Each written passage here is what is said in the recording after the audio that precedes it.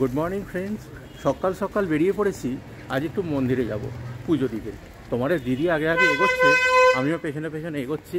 আমি ভাবলাম তোমাদের সাথে গল্পটা শুরু করেই দিই। বার করে আমার ফোন করো। হ্যাঁ,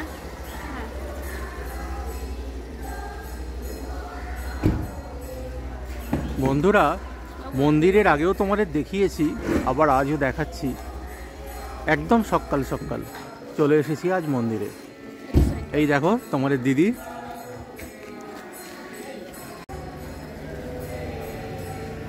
মন্দির চত্বর একটি কদম্ব বৃক্ষের ছায়ায়, দারুণ পরিবেশ। সকালবেলা এলেই মন একদম স্নিগ্ধ হয়ে যায়।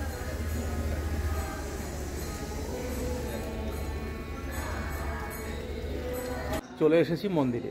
এবার মন্দিরের গর্ভগৃহে ঢুকবো, এরপর সেখানে তোমাদের পুজো দেওয়ার ঘটনা সমস্ত কিছু দেখাবো।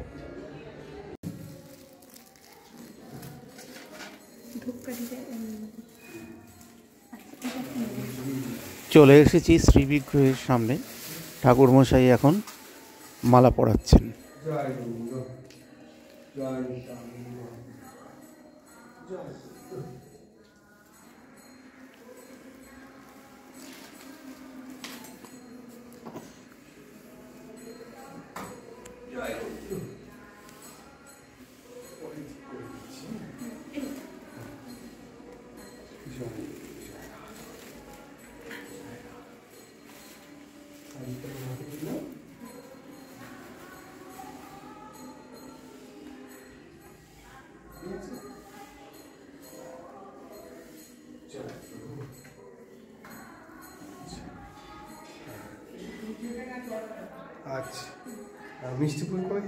বন্ধুরা, চলে এসেছি রাধাবল্লভ মন্দির সংলগ্ন জগন্নাথ দেবের মন্দিরে।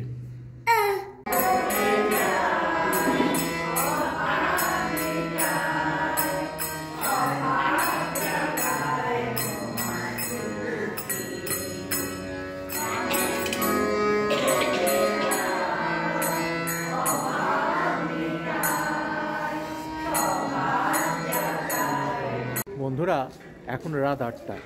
এখন আবার চলে এসেছি মন্দিরে। কেন এসেছি কারণটা বাড়ি গিয়ে তোমাদের বলবো।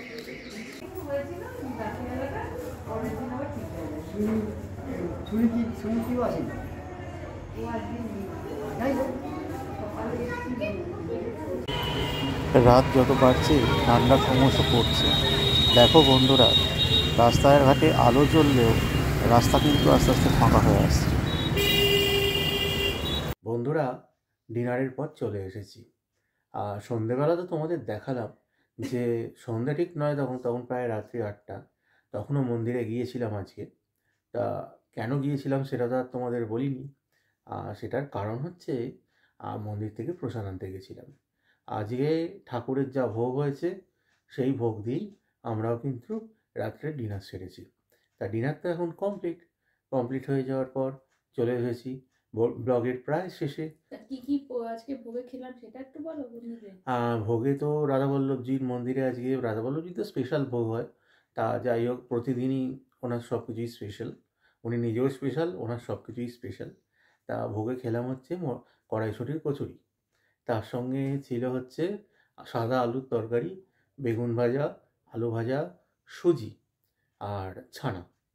তা এই সমস্ত দিয়ে তো আমাদের মোটামুটি ডিনারটাও বেশ জমিয়ে হলো। আর যিনি দিয়েছিলেন ঠাকুরমশাই যথেষ্ট পরিমাণে দিয়েছিলেন। তা যথারীতি যথেষ্ট ভালো কিন্তু খাওয়া দাওয়া হয়েছে। তা খাওয়া তো হলো, আমার ব্রাশ করাও হয়ে গেছে। এবার হচ্ছে ঘুমোতে যাওয়ার পালা। দেখেই বুঝতে পারছো যে ক্রিম টিম মাখা হয়ে গেছে, চুলটা বাঁধা হয়নি। তা ভাবলাম যে ব্লগটা তো শেষ করা হয়নি, ব্লগটা তো শেষ করতে হবে।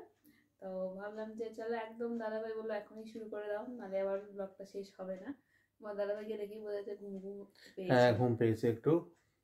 তোমার দাদাভাইকে কোনোদিন আজ পর্যন্ত শুনেছো যে না এখনো ঘুম পাইনি? না, সেটা না, একদমই না।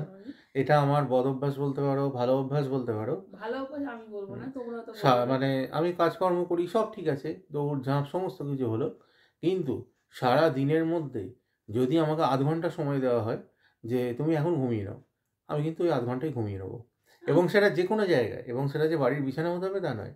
রেল স্টেশন, ভিড় বাস, ভিড় ট্রেন যেখানে হোক, আমি যদি একটু বসার জায়গা পাই সেখানেও কিন্তু ঘুমিয়ে পড়তে পারবো। আর আমাকে যদি 8 ঘন্টা সময় দেওয়া হলো যে যাও এখান থেকে একটু ঘুরে আসো, এটা একটু কিনে নিয়ে আসো, জিজ্ঞেস করো বলবে। একদমই তাই।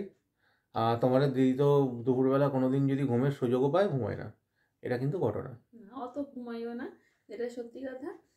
সেদিনকে যেমন তোমার বেরিয়েছিলাম পুজোর একটু জিনিসপত্র কিনতে, পুজোর জিনিস কিনেছি, এবার হচ্ছে বিকেলে স্ন্যাক্সই খাবো, এবার পুজোর জিনিসের সাথে তো আনা যাবে না, তারপর এসে বাড়িতে রেখে আবার গেছি। এবার তোমার দাদাভাই বলছে আবার গেলে কেন, না যাই। এটা হচ্ছে আমার, তোমার দাদাভাই হলে চলে আসতো, বলতো না থাক, পুজোর জিনিসের সাথে আমি 2বার গেছি, তাতে কোনো আমার প্রবলেম একদমই। আমাকে তুমি যতবার যেতে বলবে যাবো। এই জন্যই হচ্ছে আমরা কমপ্লিমেন্টারি পেয়ার, মানে আমি যেগুলো পারি না ও সেগুলো পারে, আবার ওর যেগুলো অসুবিধা হয় সেগুলো আমি করে দিই, এটাকে বলে কমপ্লিমেন্টারি পেয়ার। একদম। একে অন্যের কমপ্লিমেন্টারি। তোমরাও নিশ্চয়ই আছে, কে কে আছো আমাদের মতো একটু জানিও কিন্তু।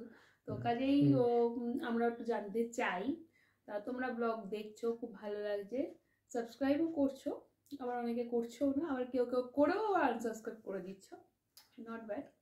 চলো সবটাই চলবে। তো চলো, তো এখন তো গুড নাইট বলেই দিই। গুড নাইট, শুভরাত্রি, ভালো থেকো, সুস্থ থেকো, দেখা হবে। আর ঠান্ডাটা এনজয় করো তোমাদের দিদির মতো। বাবা কেন তোমার মতো এনজয় করবে কেন? তোমাদের দিদি খুব ভালো ঠান্ডা এনজয় করে।